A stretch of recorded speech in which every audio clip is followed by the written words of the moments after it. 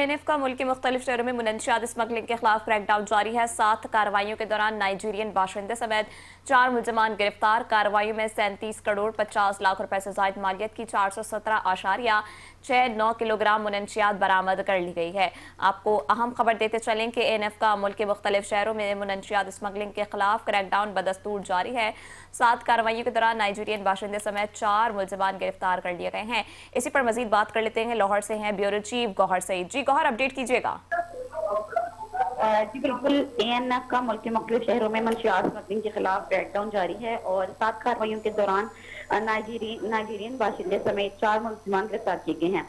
इसके अलावा कार्रवाइयों में 37 करोड़ 50 लाख रुपए से जायद मालियत की 417.70 किलोग्राम मंशियात बरामद की गई है।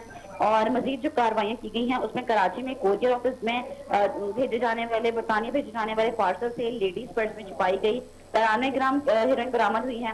और कराची में एक और कार्रवाई के दौरान कोरियर ऑफिस के करीब मोटरसाइकिल सवार से 106.8 किलोग्राम वजनी और 348 गोलियां जो हैं वो बरामद की गई हैं। इसके अलावा एक्सप्रेस वे इस्लामाबाद पर वाक़या बस स्टॉप में नाइजीरियन बाशिंदे से 75 ग्राम कोकीन बरामद हुई है।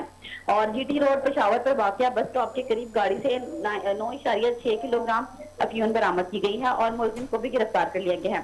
साथ ही साथ यूनिवर्सिटी टावर नासिर बाग रोड पेशावर के करीब गाड़ी से 1 किलोग्राम आइस बरामद की गई है और मुलजिम को गिरफ्तार किया गया है। इसके अलावा मास्टर प्लान डिस्ट्रिक्ट चमन से 300 किलोग्राम हेरोइन बरामद हुई है और चमन बॉर्डर पर लावारिस खुफिया पार्सल से 130 ग्राम कोकीन बरामद की गई है।